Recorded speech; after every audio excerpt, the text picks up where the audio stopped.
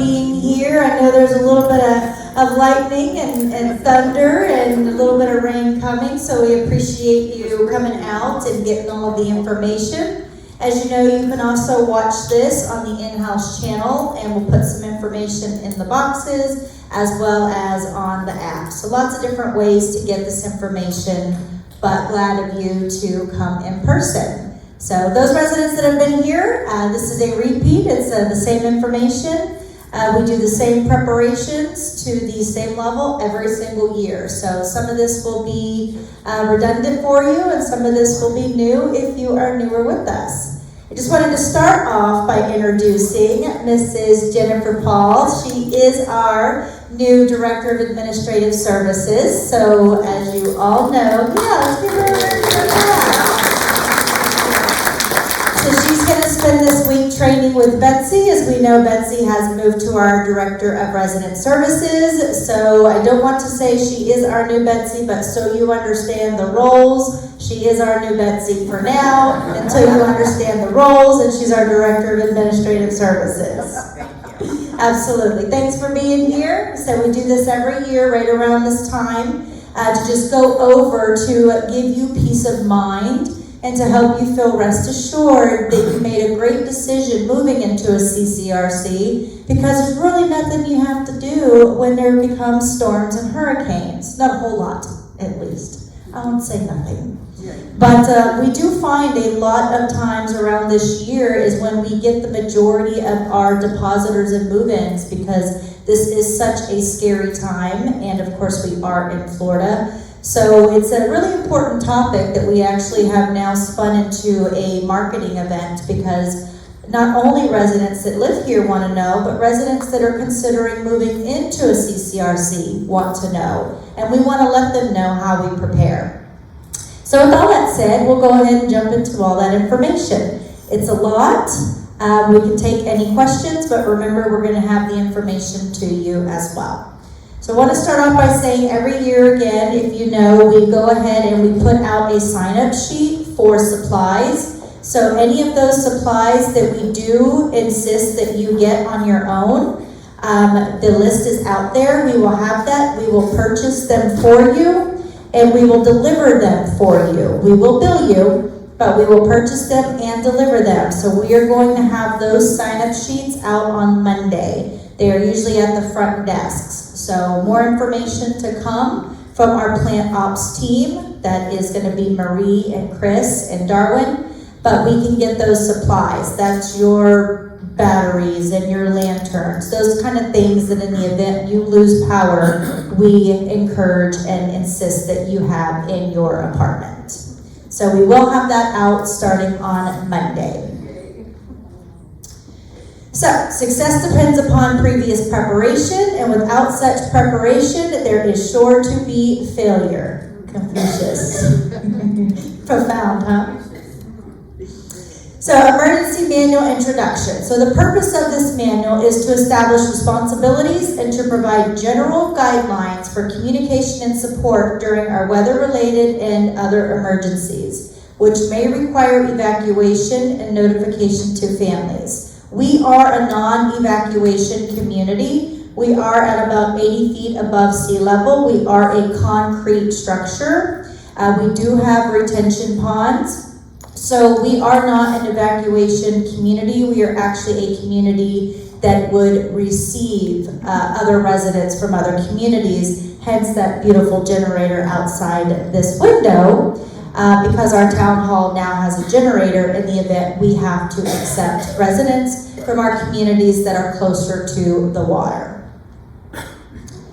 So the purpose is to identify and establish representatives from each department who provide support and guidance for the communities, to provide a system and general protocol for maintaining communication with our residents, your families, and our associates, and to provide a support venue for community staff to help in coordinating these needs. So there is a multiple faceted approach that comes to getting prepared. We not only address communication, we address supplies, we address residents, and also our staff. So the NOAA predates predicts a below normal 2026 hurricane season. That does not mean anything. We are in Florida.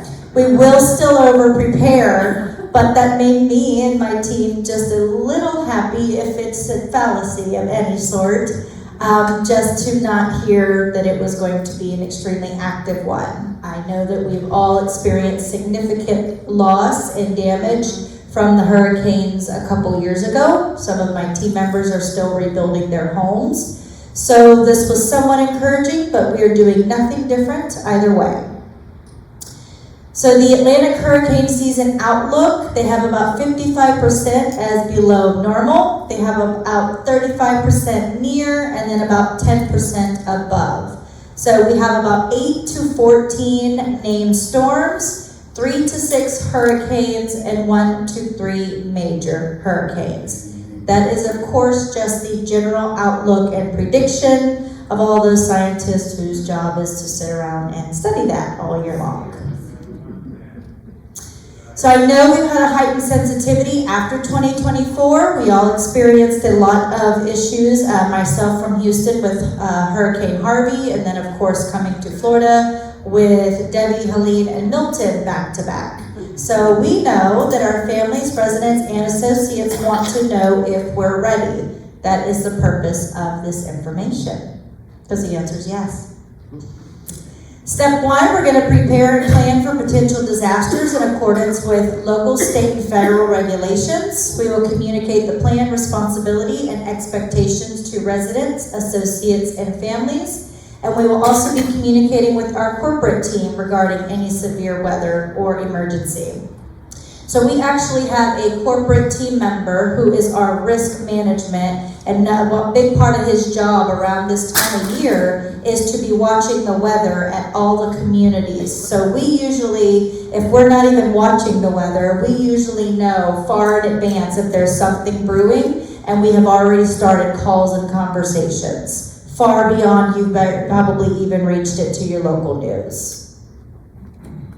Emergency Communication Plan, LCS Emergency Communications website is our RegencyOaksSeniorLiving.com. We do refer families to that website that we are able to push communication out during the event of an emergency. We do utilize our call them all and text them all communication. We do use our in-house channel, also as well as emails. And we also have wing captains. So in the event that all of this power goes down and all of this internet goes down, my team, 300 of us, are sleeping here, usually on air mattresses or cots or whatever in our offices, and we are on the halls, and we have wing captains, and we have people assigned to each resident's wing for the needs of that wing. So in the event that all of these various communications fail, we still have boots on the ground. The emergency manual format, it does follow the life cycle of an emergency. Of course, we start with the awareness, the decision, the implementation, and the plan, the general information, the preparation, the managing through, the evacuation of another community, not necessarily us, the recovery, the operational management, the contact communication, and then just the general appendix. So that is our huge binder. It's about 5 inches thick, but that is the general format of that. So preparing for a hurricane. So human resources. We start preparing the employees to come to work, to prep. When we hire every employee, we explain to them, we are responsible for lives in assisted living, independent living, and skilled nursing. All of our team members know that. In every interview and every communication, we ask that they acknowledge the expectation to be on site in the event of a hurricane. And if that is an issue for them, we simply do not move forward in the hiring process. So that expectation is set from the very beginning. We develop a plan to determine what communities can provide necessary associates for additional staffing. We may need to partner with some of our VPs for support in other communities, again, if we accept other residents or staff from other communities, and we develop associate connection plan to stay in touch who are not at the communities. For communication, the community to keep the residents updated. As we discussed, we appoint the wing captains and also utilize volunteers, and we assign sleeping accommodations. We create pet areas, we create pet rooms, and we have our team here to assign various sleeping accommodations. Now that the town hall has a generator, that would be one, our offices, various areas, so our team is here on site with themselves and their families. So preparing for an emergency, the general supplies and the operational aspect, our local vendors, our emergency contact roster. We encourage associates for their personal information, which we always have and have updated. Our resident information we have and keep that updated. We host our staff meeting. We host this resident meeting, and then we update all of that. So as time goes on, Betsy will be working on making sure we have all of your contact information updated. In the event one of your family members has changed, of course, we make sure we have our updated employee roster and all of our local vendors, which typically stay pretty consistent. But we have all of that ready in the event that we need that communication. Evacuation, as we discussed, this does not apply to Regency Oaks, but we still have just a snippet of it because, again, we are a recipient of other communities. So we will have the evacuation plan and then the emergency supply list. So I know this has come up a couple times, but internal evacuation, if winds are at 75 miles per hour or more, all 4th and 5th floor residents will be moved to lower levels. This is to avoid any type of injury, shattered glass, wind-driven rains, and high winds. So it's not been my experience that this has happened in the past, but it does not mean that it cannot. So please know that in the event there are 75 mile per hour or more winds, your safety is my priority. You will not be happy with me, you will not like it, but we will move you down to lower levels for your safety. We had one of our other communities who had winds and all of their lanais were blown out. And they are still rebuilding from years ago. So in the event that you are on a higher level, the answer is yes. If you are on 4th and 5th floor at 75 miles per hour or more, we would bring you down. Just want to make that very clear. Thank you. And of course, we would work with neighbors, friends, and hallways. Usually it's not for a very long period of time, but during the height of those winds, we would make sure that you were safe. During the storm, I would think this goes without saying, but it's on here for a reason. Please remember to stay in your respective buildings. If we are in the middle of a hurricane, please do not walk from the north building to the south building.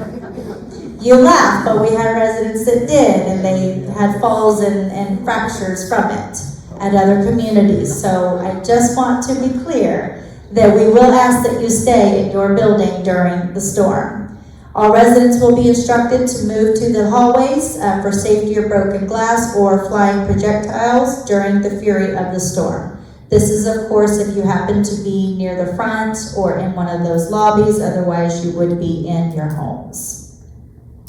You do have two options when we are looking at a hurricane or a disaster. We usually anticipate it days in advance. You can leave or you could stay. We do have some residents that choose to relocate with family or go stay at a friend's or get to wherever else. You do have that option. If you intend to travel to the center, plan a route that will keep you away from the coastal areas. Be prepared to implement the suggested plan no later than the hurricane watch is announced. A hurricane watch is given about 48 hours before the expected strike. Please do notify the front desk if you do intend to leave. If you stay, as we discussed, Regency is 85 feet above sea level and away from the coast. We are a non-evacuation zone and we do have all supplies and staff on site. We are a concrete construct with a retention pond for any additional water. So for me, I've always been very happy to have my career in this, because in the event of a hurricane, there's no safer place than the community I manage. So I've always been very thankful to have that in my team as well. Reminder, essential services provided by the local utility companies are likely to be interrupted. Residents who stay can expect to be uncomfortable for periods of time up to exceeding a week. This is in the event that the power goes out. There's no electricity, there's no AC, and Duke Energy is not calling us every 30 minutes telling us when it's coming back on. So a lot of times we have residents that will call the front desk asking when the power is coming back on. We don't know. We usually don't know. So these will be things that we will be communicating proactively. But we do not control Duke Energy, so we want to make sure that we're clear about that piece. It gets really, really problematic trying to address issues in the community when residents are calling the phones asking about when the power is coming back on. We will communicate when we know. We will manage expectations about time frames, but we cannot control when the power does go out. Again, I say all of this from experience. What is on the emergency power at Regency Oaks? The emergency lighting in the hallways, lobby areas, stairways, and dining room. There's also limited lighting around the exterior building. The elevators, there is one elevator in each building on emergency power for functioning. The fire panels, the phones, the emergency call system, our food service equipment, and then limited power at the desks. So again, in the event that something happens with the power and Duke does go down, these are the items that will be on emergency power for the generators. What is not on emergency power? Apartments and the main phones are not on the power system. You should have at least one flashlight and battery-powered lantern. We also suggest battery-powered or rechargeable fans. No general candles.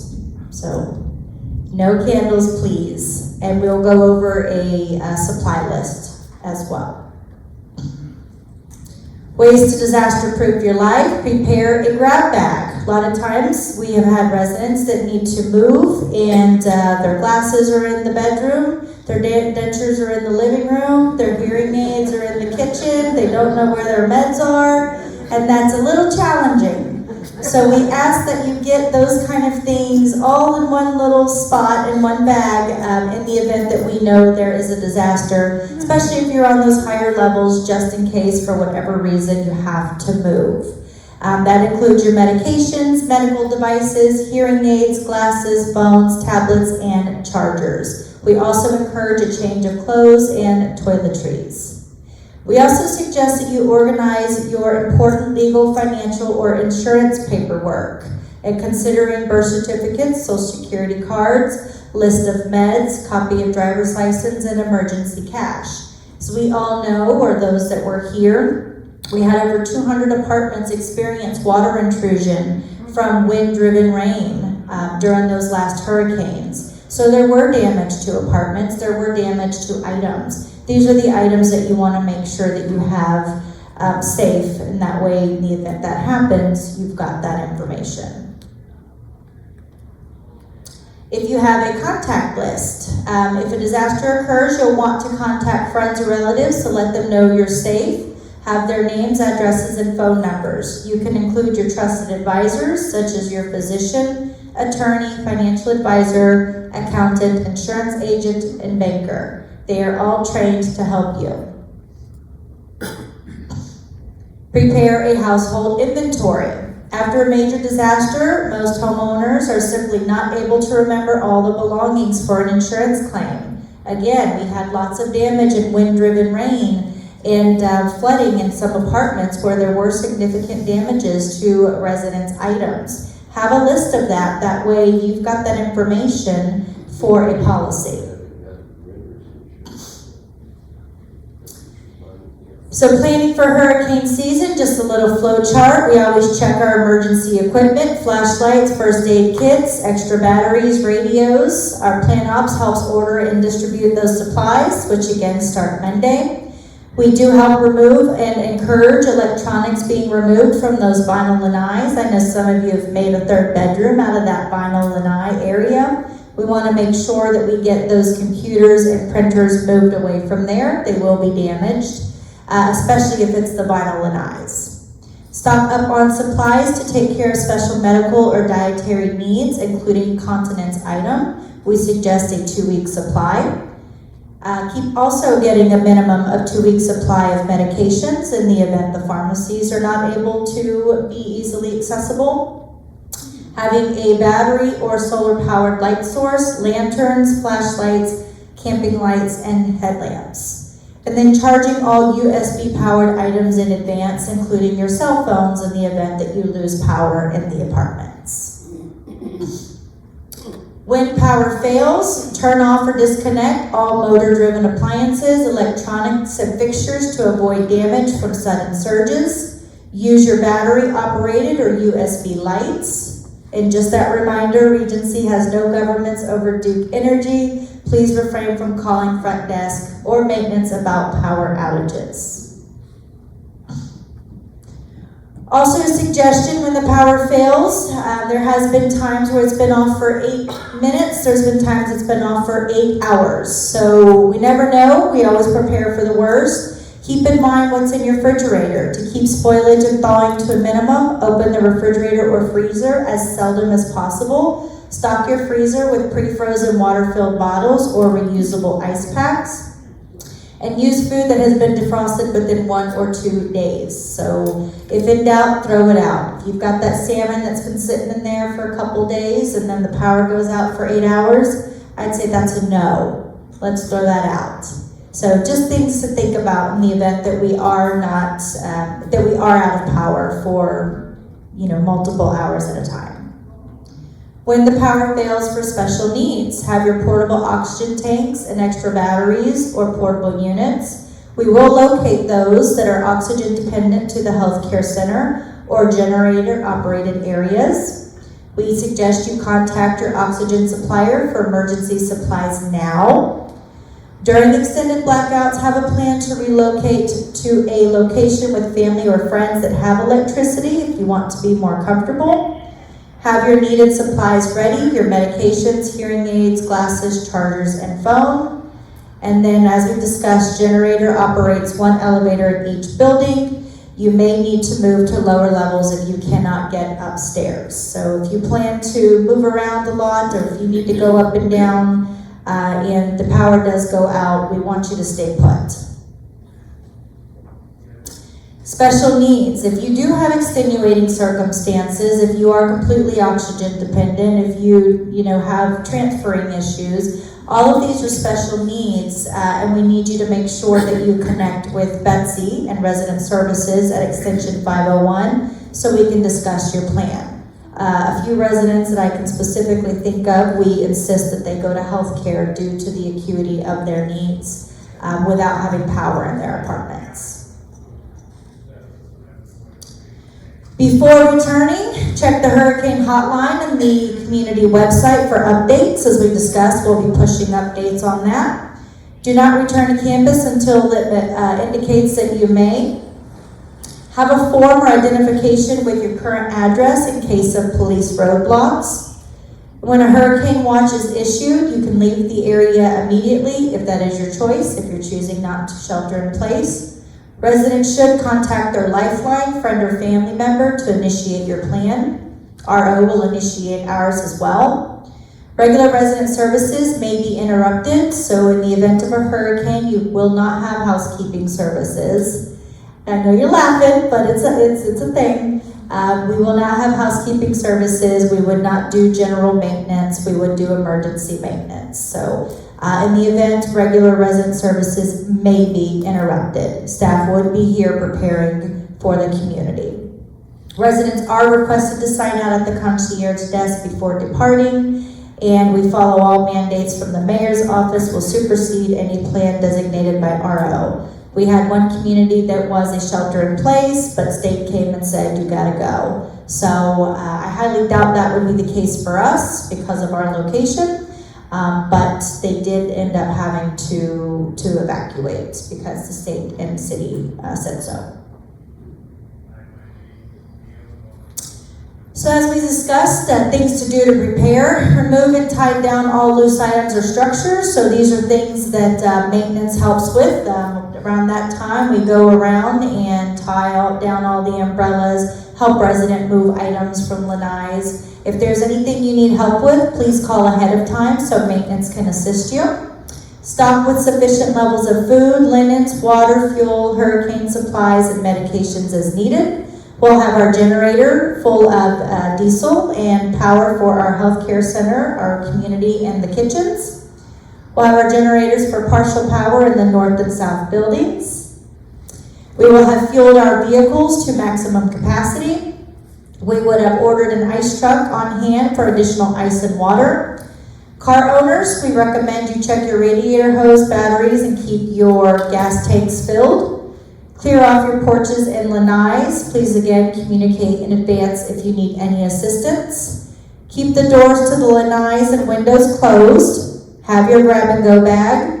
And reminder that scheduled transportation services may be canceled in the case of an approaching weather threat. So be sure to get your supplies now. That way, in the event of a weather threat, you're not waiting till the last minute and asking for transportation. And again, that's something we can help you get starting Monday. Supplies suggested: water and non-perishable food items for several days, flashlight and batteries, prescription medication and eyeglasses, sanitation and hygiene products, cell phone and charger, backup battery, full tank of gas if you have a vehicle, any of your pet supplies, and cash. Now, I can say that we are one community that, despite all of the hurricanes that have hit Florida, Ricky has never, ever, ever not served you a hot meal according to the menu.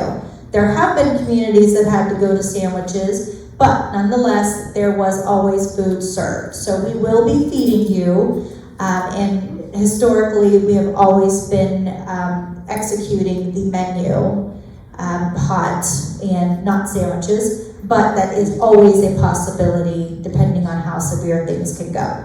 But my reassurance is you will be fed. So we discussed, we do recommend canned foods, canned milk, first aid kit, again, your medications. If you have oxygen, have that extra tanks available. Blankets, towels, toiletries, pillows, and rain jackets. Bleach for sterilizing the bathtub and purifying water, and then just extra water supply that you have on hand. Again, we always supply plenty of water, but we need your residents to do your part as well to make sure you've got extra water on hand. For fire. So enough about hurricanes. So we, if you've been here for a couple of years, did experience a fire in the R wing here at Regency. We restored it about 2.5-3 years ago. We were finally complete. Well, I guess complete was like 3 months ago. But we did sustain a fire in one of the units, and we did have significant water damage. So we want to make sure that we revisit that process as well.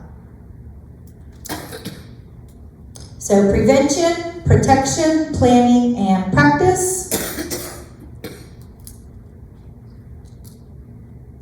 Prevention starts with awareness. Only you can help us prevent forest fires. You can help us prevent fires. So a big part, avoid the use of space heaters, not allowed in the community. We do ask that you clean the lint filters. We do as well as preventative maintenance. And pay attention to storing items on and in the stove. Electrical overload of circuits, also older circuits, older plugs, those 2-prong plugs can be an electrical issue. Inspect those cords and appliances. If you see one that's torn or if you see one that has bare wires, unplug that, don't use that. That can be an electrical issue.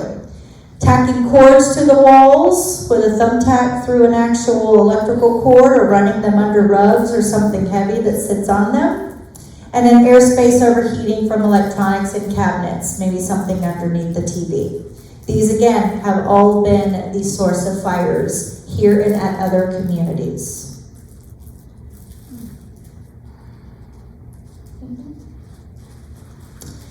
Prevention, flammable liquids and hazardous materials. Limit the chemical storage, never mix them. Store them properly, allow for ventilation and oily rags or spontaneous ignition. Cooking, never leave cooking unattended. Turn pot handles inward, cuff your sleeves up. Microwave storage, and no outdoor grills allowed on your patios. You would think, but you just, they're here for a reason. Causes, candles are prohibited, and use of anything with heat while supervised, wax warmers, hair rollers, kitchen appliances, make sure that's being supervised. If you fall asleep, if you leave the apartment, those are items that can be of concern. And then fire extinguishers we have for all types of fires. We use only on small to contain the fire if you can't control it yourself. We know where the fire extinguishers are located. They all have the little sign above them that denotes. And then the type K fire extinguisher is specifically used for grease fires. For protection, you are in a very fire-resistant building. If you take anything away from everything I'm saying today, concrete block construction, firewalls between each apartment, 2-hour fire-rated doors in the hallways, fully sprinkled except chemical and eyes, smoke and heat detectors in every apartment. They are inspected annually and certified, emergency generators, fire alarms, pull stations, extinguishers, and strobe lights, and fire detection system connected directly to the fire department. To be prepared, what to do if a fire starts. Know where your fire extinguishers are and pull the stations. May need to roll a towel under the door to stop the smoke. Stay put and wait for direction. This is my takeaway for everyone. Residents, stay put and wait for direction. When the fire alarm goes off, we hear it. We as leadership run to the fire panels. The fire panels tell us the location of the fire. We immediately implement our fire response. We grab our extinguishers, the doors close, the fire-rated doors, and we initiate our fire response. You running out in the halls and calling the desk is not the response. We have to stay put. You are safer inside your home than running out in the hallways. So my message, in the event the fire alarm goes off, we will communicate, stay put. And why? For all those reasons we just discussed. The 2-hour fire rating, the fire safety doors, you are safer in your apartment than you are in the halls or anywhere else. So that is what you do in the event of a fire. You stay put and you wait for leadership to communicate. What to do when? If you are cooking and you accidentally set off the fire alarm, notify the front desk that it's not an emergency. Keep your apartment door closed. Don't open it to air it out in the hallways because then you set off the alarms in the hallways. You may open your windows. Let the front desk know and we will come up and assist you.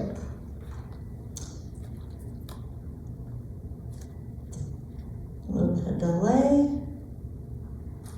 Okay. So fire risk in communities. It is 5 times more likely to result in death due to the senior population. It typically starts in the living room or bedroom between midnight and 6 a.m. As discussed, some of the causes are electrical, leaving items in stoves, lighters, and open flames. So again, a lot of the issues that we see, we have processes in place to check for those cords upon move-outs.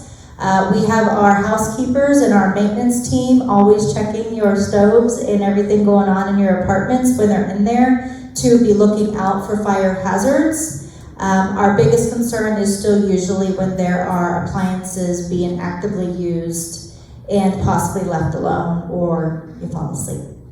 So, but there are lots of processes that we have in place to make sure that we mitigate any concerns regarding that.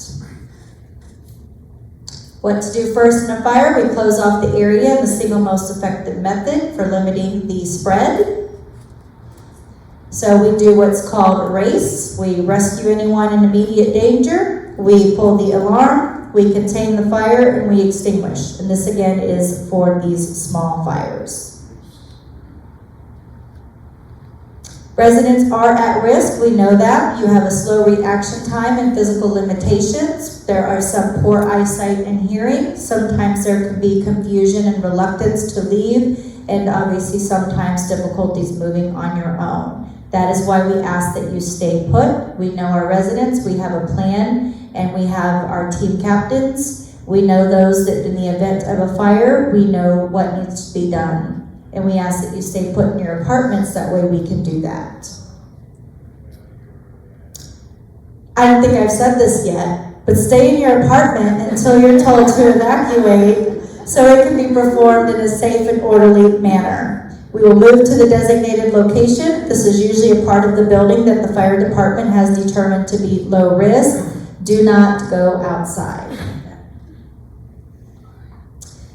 The multi-floor evacuation, so heat and toxic gas can rise. So when we are evacuating, we will start first floor, second floors above the fire, and then third floors below the fire. So we kind of have a process in how we would evacuate. Who evacuates first? Those in immediate danger near the area. That would be residents, visitors, and associates. Residents who can walk, residents in wheelchairs, and residents who are bedfast.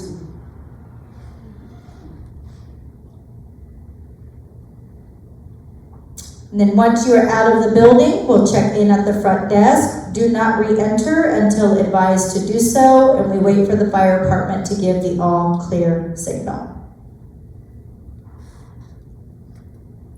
And we do actually do fire drills as a team. We do plan for all contingencies: fire, weather, bomb threat, explosion, gas leak, and chemical spills. And just as a reminder, we stay off the elevators, medical conditions, and those who need assistance. Drop, tuck, and roll, panic kills, and evacuate to designated areas. That's your takeaways.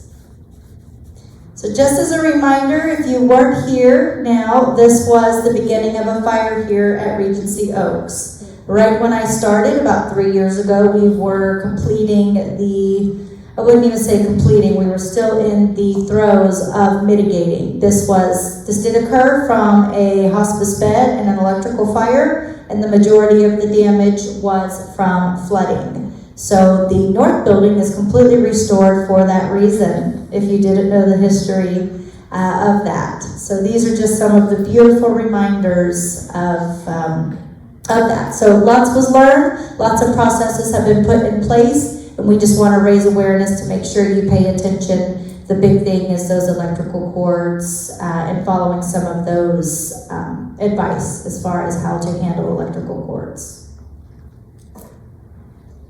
So with that, I know it was a lot of information. The bottom line is we've got a plan in place and we have you covered. Any questions for me? Yes, Louise.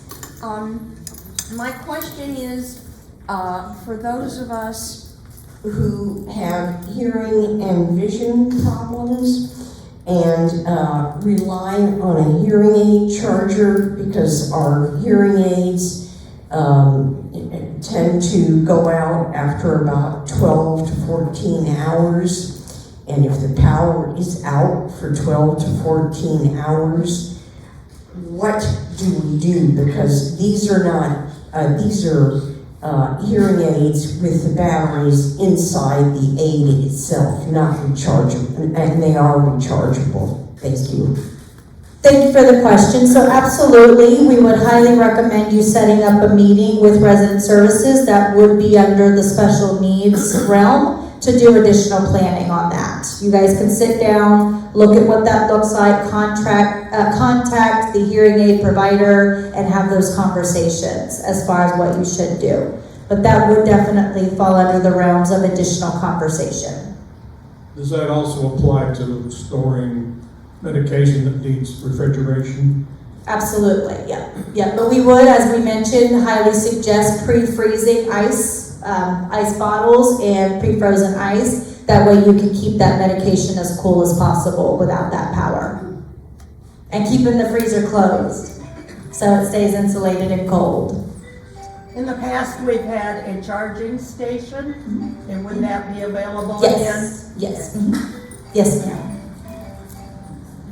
Any other questions? That's just a suggestion, maybe. I have 2 power packs. Yes, I have 2 power packs. If you have a power pack, it might be a good idea to buy one and make sure it's charged up so that if you're not able to charge your phone, you can plug it into that. Absolutely, so, absolutely, and that's something, Betsy, let's make sure we touch base with Plant on having that on the supplies list, because you can get those multiple, charging packs that you can basically charge almost anything to. Charge them up. Yep, you can charge that up in the event that your phone goes out, then that basically comes behind it and juices it back up.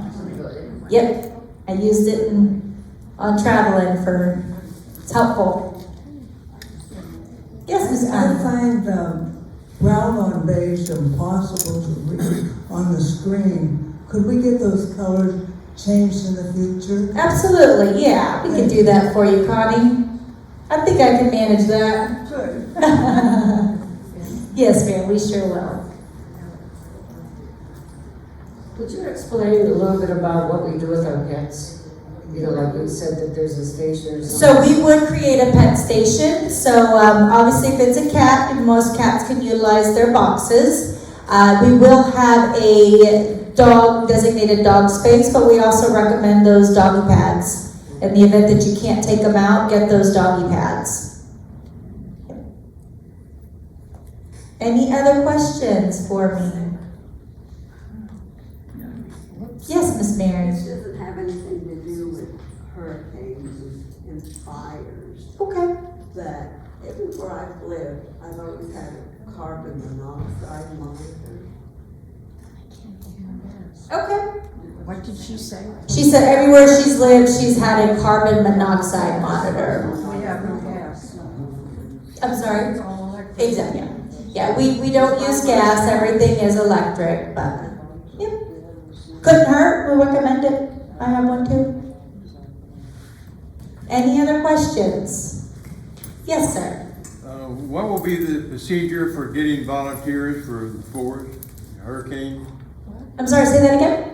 What will be the procedure for getting volunteers for the hurricane? So we already have those predetermined. All of my team knows their wings. We do ring captain rounds every month, and they all have specific predetermined wings that they're assigned to. So like Betsy knows where she is, Sherry, all of the directors have that. And it does the same every year. It's only staff, not the residents. It's staff, yes, it's only staff. Yeah. If you explain the procedure of rooms that are available for people to stay in with a friend, how they label the doors like they've done in the past, they put a green sticker on if it's open to someone moving down from another floor. Betsy, do you want to elaborate on that? Okay, so what we did in the past years is for residents that lived on the first, second, or third floor that are available to take in friends or guests into their apartments in case we have to evacuate the fourth or fifth. We put a green piece of paper on the door. Those residents sometimes would open the door and just say, come on in. Because if they are on the fourth or fifth floors, you have to leave. You know, there's no any kind of exemption. So instead of you sitting in the hallways, you can visit with the resident in their apartment. So if the resident already has people staying with them or has other plans, we can put the red on the door. Doesn't mean that they're not wanting to help, but it just means that they're not available, they're already full. So that's what we did in the past, to just communicate that if you had to come down, there was an open home available. There's room at the inn. Yeah. That's right. Any other questions? Mary. Yes, Mary. There are residents assigned to wings, aren't there? No. To help with? During this time, no. Okay. No. During this time, we bring all of our staff in because we need to help make sure that you're safe as well. Okay. Yes. Yeah. Yeah, we've got a fine-tooth process with the team, and LCS has a critical planning checklist and a policy and process, so we implement it from the leadership end. Any other questions? You just get to party. Last time we brought hurricanes and wine and cheese, and we just had fun. We had a blast. If you haven't had a hurricane with us, this is a place to be. My husband even said that. He enjoyed it. Well, thank you all for coming. Appreciate all the questions and the cooperation and the collaboration. If you have any questions, we're all here to answer them. Any special needs, see Betsy so we can have that predetermined before a hurricane is named. See Betsy, do your part, okay? Thank you all, appreciate it.